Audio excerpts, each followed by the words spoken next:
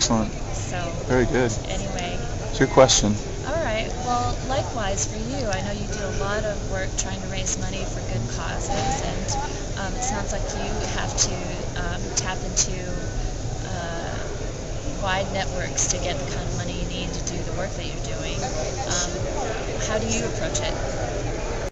All right, we're going on to part two after the camera split for a minute. So you asked about fundraising, Right. and you have to believe in what you're selling. That helps if you have a very personal connection to it. So if I'm making pitches for the program that I run, Blue Ribbon Mentor Advocate, it's easy. I know the kids, I know their families, I know what we do for them, I love them, and it's so simple to talk about the good work that can be done when people support us.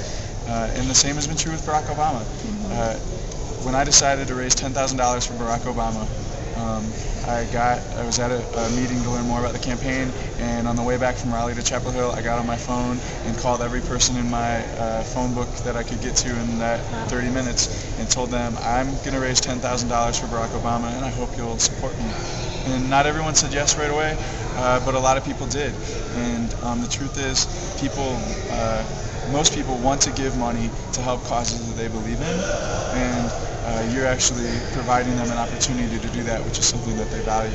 And so the biggest thing is just to get over the fear of asking, I think. And if you really believe deeply in what you're asking for, you shouldn't be afraid. Just a quick follow-up question. Okay. You were talking about how you were going to a large group of donors for small amounts. Right. And I think that that's been one of the real, actually, gestalt kind of shifts in this campaign, Right. which is very exciting. I don't know, just wanted to hear what your thoughts were about that whole trend in the internet and, Well, of course the campaign has just shown a fundamental new paradigm in how you raise money for political causes, and some people are uncomfortable with the lack of public financing things, but the truth is way more Americans have invested in this campaign than have invested in any political campaign ever. It's a different type of public financing. So when I ask my friends, I have some friends who can give $1,000, and I'll ask them for $1,000. But I have other friends who can only give $10 or $25. And so, like I said, if people do want to give, you have to give them the opportunity to give at the level that is most comfortable for them. Right. And so many people believe in Barack Obama at levels of just everyday living, but they want to give at levels of everyday living, because giving at a $2,300 level isn't a level of everyday living. Right. Good. So my last question for you is, if you could ask one thing of President Obama and have it be granted, what would it be? Okay. Gosh, that's a big question. I want to say, sort of, as a caveat to the whole nature of the question, I'm concerned a little bit about all the expectations that are being put on him. Yes. Yes. He's a wonderful human being, a true inspiration, and like you said, he makes you want to be a better person. And he's got very special gifts, but I am a little worried that there's so much expectation built up, almost a messianic kind of expectation, that people may feel disappointed at some level, and I think that it's a difficult thing for him to balance, but somehow. And he has done a very good job of communicating this talk about, incremental steps about getting to the promised land, so to speak. So I guess my great hope is that he can continue to show us that progress, to still be a human being, and to still bring out the best in all of us. Good. I mean, it's a tall order, Good. Isn't it? It is. But on policy issues, I guess in particular, I find the fact that a linchpin issue, I guess, in my mind, is the whole energy issue. It seems to be the fundamental reason we find ourselves embroiled in conflicts in parts of the world that we normally would not be in. It's the reason that our economy is beholden to the things that are going on there. It's affecting our environment, and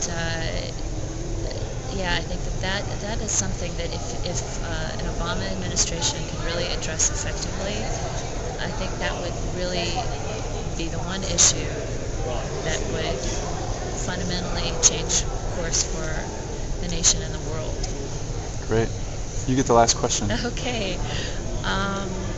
You said you went to public policy, a public policy program at the University of Chicago. Social work program. Social work program. Okay. I'm just curious, how you came to come into that kind of work, because of course, it's not the easiest work in the world.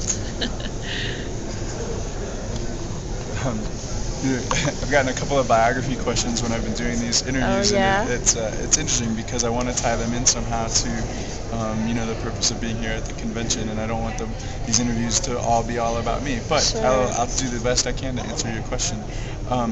I went into social work because I grew up in inner city Cleveland, in a multiracial, multi-ethnic neighborhood with people from all different economic backgrounds. Okay. And